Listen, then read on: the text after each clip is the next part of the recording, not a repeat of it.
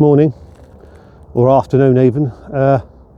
I'm here to talk about Meniere's disease. I'm here to put it on YouTube because I found that was very helpful for my treatment, watching other people talk about it on YouTube.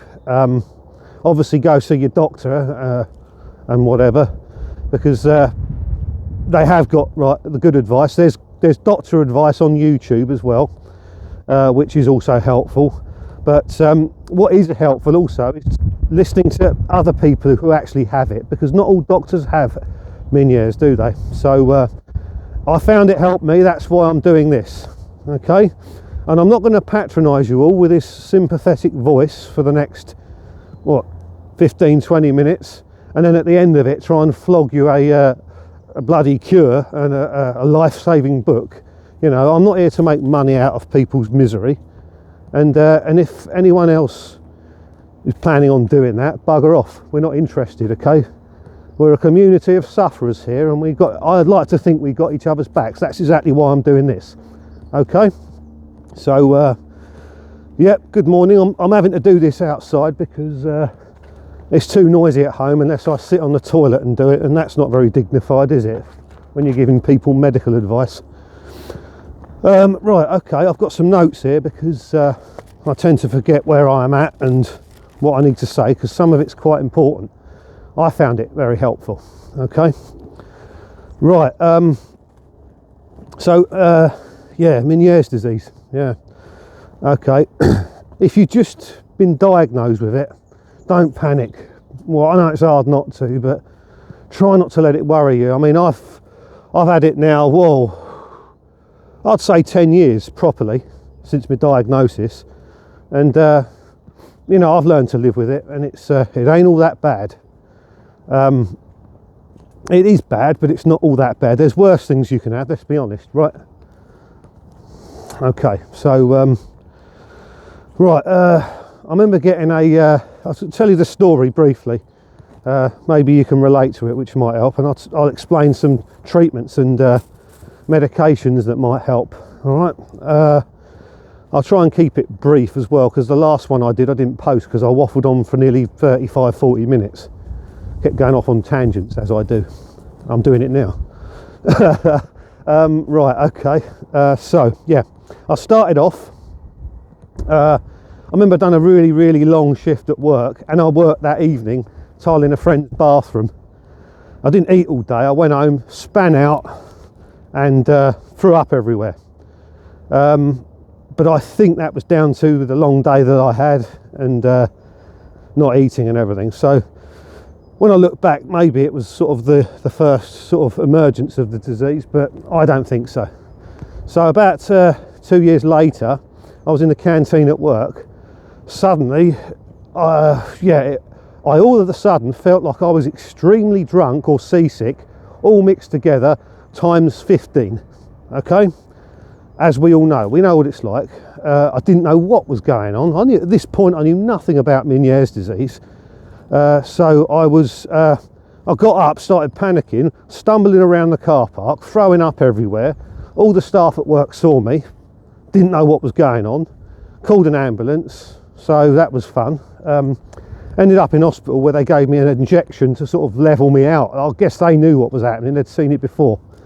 So I ended up in hospital. Just bear with me a second, a bit muddy here. I've got to walk over a bridge, let's see. There we go, okay. Anyway, so I ended up in hospital. Got a GP appointment booked on the National Health Service, which is what we have here in the UK, sunny UK. I then got referred to a specialist at an NHS hospital, who then told me I have Meniere's disease. I said, how long is it going to last? They said, it lasts forever. You'll have it all your life. Here's a prescription. Get those pills, beta-histine hydrochloride, which they were, and off you go. Next, please. You know.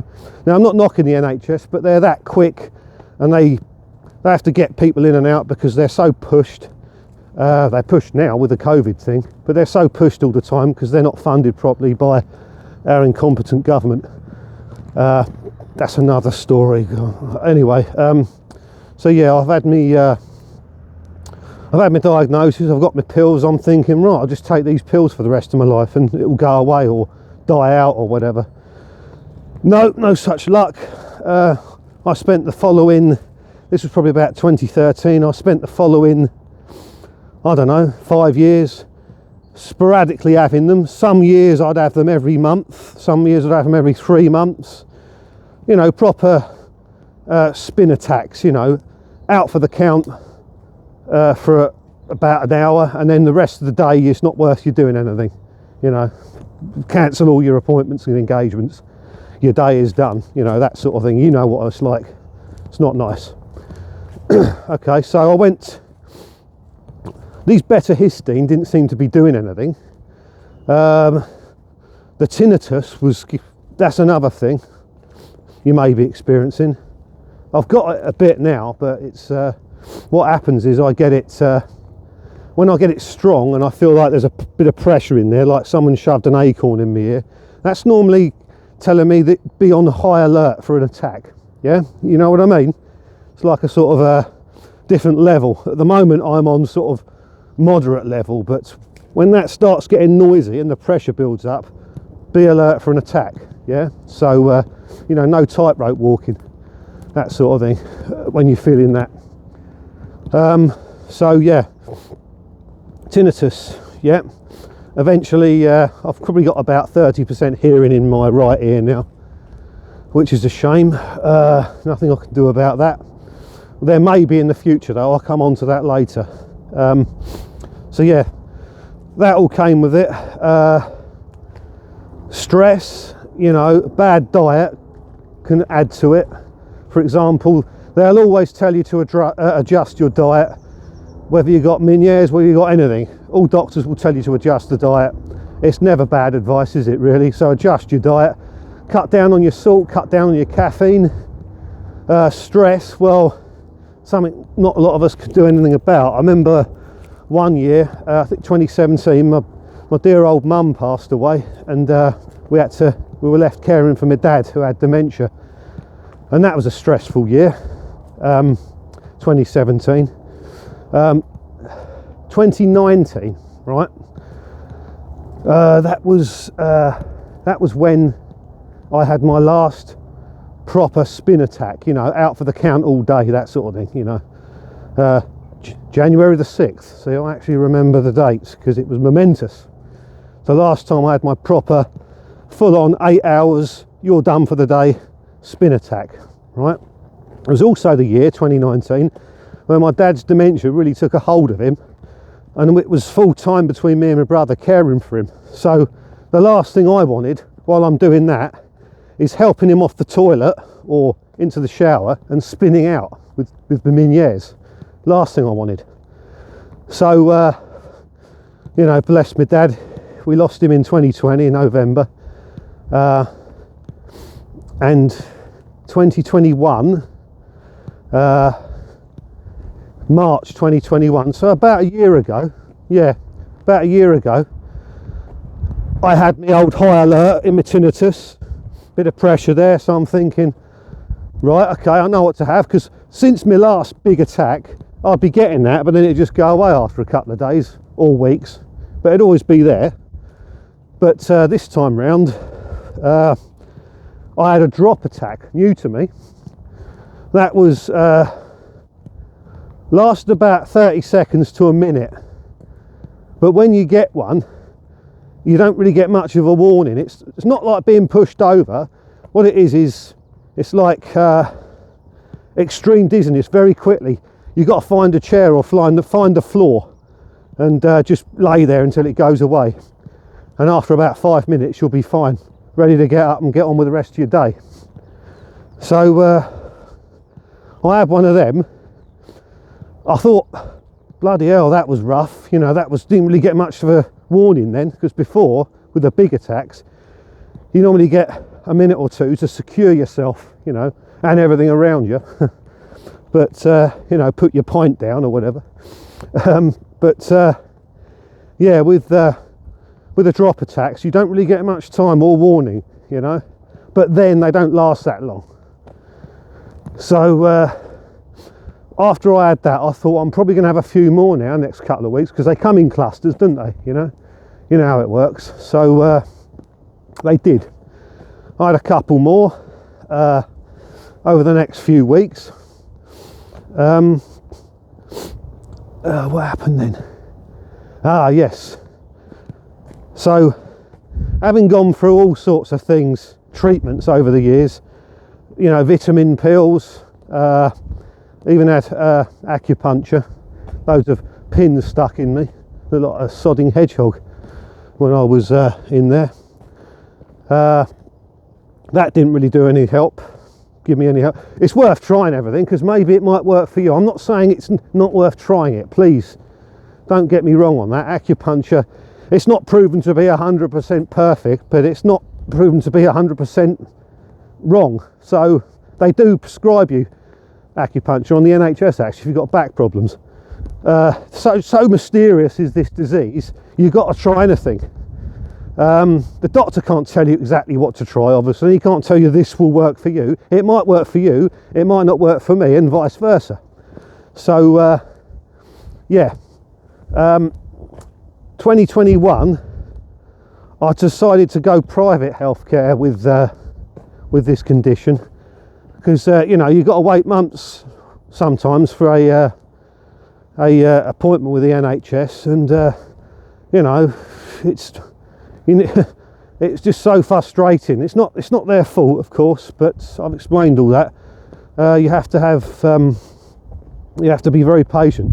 So I went to Harley Street in London. For those of you who don't know, that's like the high-end private healthcare. I had to find some money somehow to pay for it. I went to see a specialist in Harley Street. Cost me £300 just to go in there and talk to him.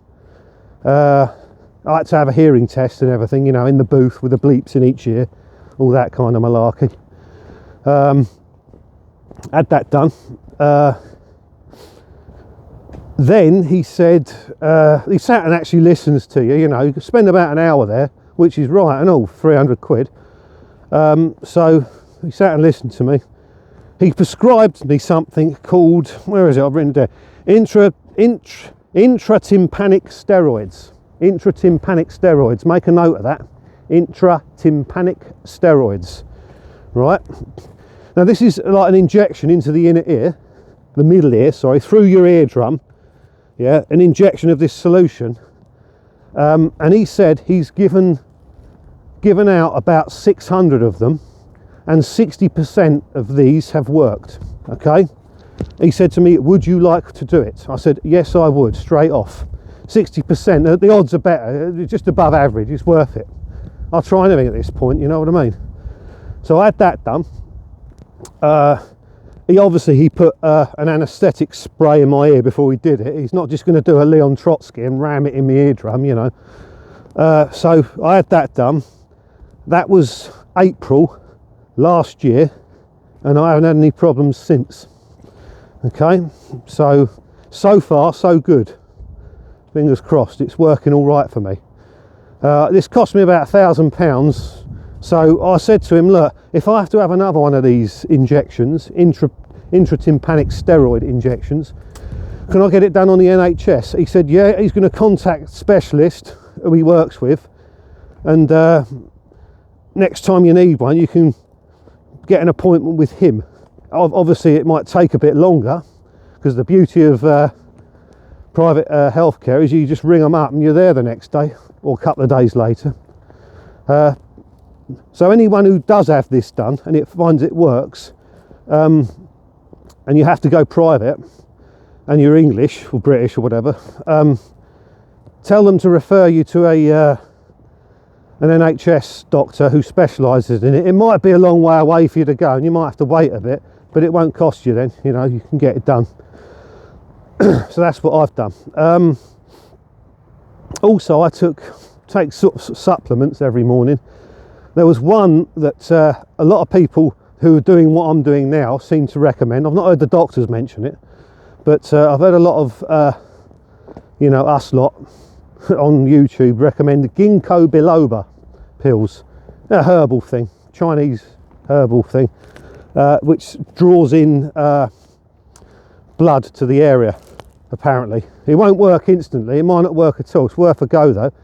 There was a lady that recommended it, a northern lady actually, from the north of England. She recommended it to me and everyone else, so I've been taking that. I've been taking that since the my last major attack. So I've had the drop attacks, but not loads of them, so I reckon it might have something to do with it. Also, I used to go on this cross trainer at the gym, you know, the thing that looks like you're skiing. I stopped doing that because I didn't think the motion was really helping. I started doing it again just before I had the drop attacks, and then it come back after like a year and a half of not doing the cross trainer. It come back, so that may have had something to do with it. I've had attacks triggered from going over a bump in the road in the car. I remember taking my betahistine once and knocking my head back, and it triggered one. So it's not always dietary or something you're not taking. It's often just what you're doing motion wise, you know, that can cause this. And there's also some exercises. You look up online, there's some exercises a bit like sort of playing Twister, if you like, sort of bending over and tucking your head in and rolling around, which may help move things around in that inner cortex, you know. I think it's the inner cortex. I better not try and get too technical, I'll end up making an arse of myself. But you know what I mean, within that area where the liquid flows, you know. So try them, try the exercises. What else have I had done? Trying to think. I've got it written down, of course. Yeah, the exercise, the treatments. Oh yeah, I had cupping done on my neck. I don't know if you've ever seen that. Those sort of clear glass suction cups that I think Phelps, the Olympic swimmer, has them all over his back, these round marks. I had them on my neck. It looked like I'd been beaten up. Trying to draw blood into the ear, you know, into that area. Excuse me. I had them done with my acupuncture lady, but they didn't work either. They just make me look like I've been kicked in. So yeah, but try them though, it might work for you. Like I said, my story that I've just sort of said, I've had years of them attacks. Some people get them all the time, like sort of 4 or 5 times a day. I mean, what can I say to that? Heart goes out to you. I mean, try what I'm recommending, but you probably already have. But just, you know, hang in there. My thoughts are with you, you know. I did see something once that seems to ring true. Sort of like a sort of a stage of events diagram, where they've got different sort of 3 different stages of Meniere's, where it starts off intense, sort of like it carries on intense in the middle, but not as frequent, and then the last sort of stage is sort of sometimes you'll go years without having anything, but you'll still get them. And then after that, well, you know, I asked the doctor about these stages, and he says, well, sometimes it just burns itself out. That happens a lot. So there is light at the end of the tunnel for this. If you can't see any light at the end of the tunnel though, try some of the things I've mentioned. I mentioned that injection again, intratympanic steroids, yeah? And also for those of you that got hearing loss because of this, as I have, my doctor, the private doctor, he said, forget the betahistine hydrofluoride, it's ancient medicine, so I haven't taken that in ages and I feel better for it, to be honest with you. Forget about that. What you do want to pay attention to is something called FX322. So that's Foxtrot X-ray 322. It's a treatment that's in trial at the moment for restoring the hairs, I can't remember the name of them, within your inner ear, which are damaged during this condition. And they're hoping it's going to partially or maybe completely help restore people's hearing. So he mentioned that to us. That's a bit of inside info he gave me there. So hopefully this is a bit of inside info as well. That's why I'm doing it. That's a bit of inside info he gave me. So yeah, FX322. Google it, you know, and keep your ear to the ground. Sorry, I didn't mean that. That's a silly pun there, but keep your ear to the ground on this one, because in a couple of years' time it might come to fruition and might help a lot of people out, not just with Menieres, you know, all sorts of people that deal with hearing loss. Okay, I think I've covered everything. I'm not going to do another one of these unless something changes. I'm just doing it to maybe help people, you know, if they do what I did, it might work for them, it might not, but this is how it is. You've got to try different things. Don't just give up. Try different techniques, different medicines, and different specialists if you can, and eventually you might find what fits you. Because whenever I present a question and any of the doctors, does this work, does this work, does this work, they'll never say straight off, you know. I mean, I thought that maybe, you know, certain exercises might help, but they can't tell you. They can't say for sure. All I got was the intratympanic steroids. 60% of the shots I've given have worked. All right, they were the best odds I got of help. So therefore, I went for it. Okay. Now I think I've waffled on long enough. So this is a one-off I'm doing here. So thanks for listening. Best of luck with it all. Thanks very much for all you that have done this also, particularly in the United States, you know. Yeah, good luck. Thank you. Goodbye.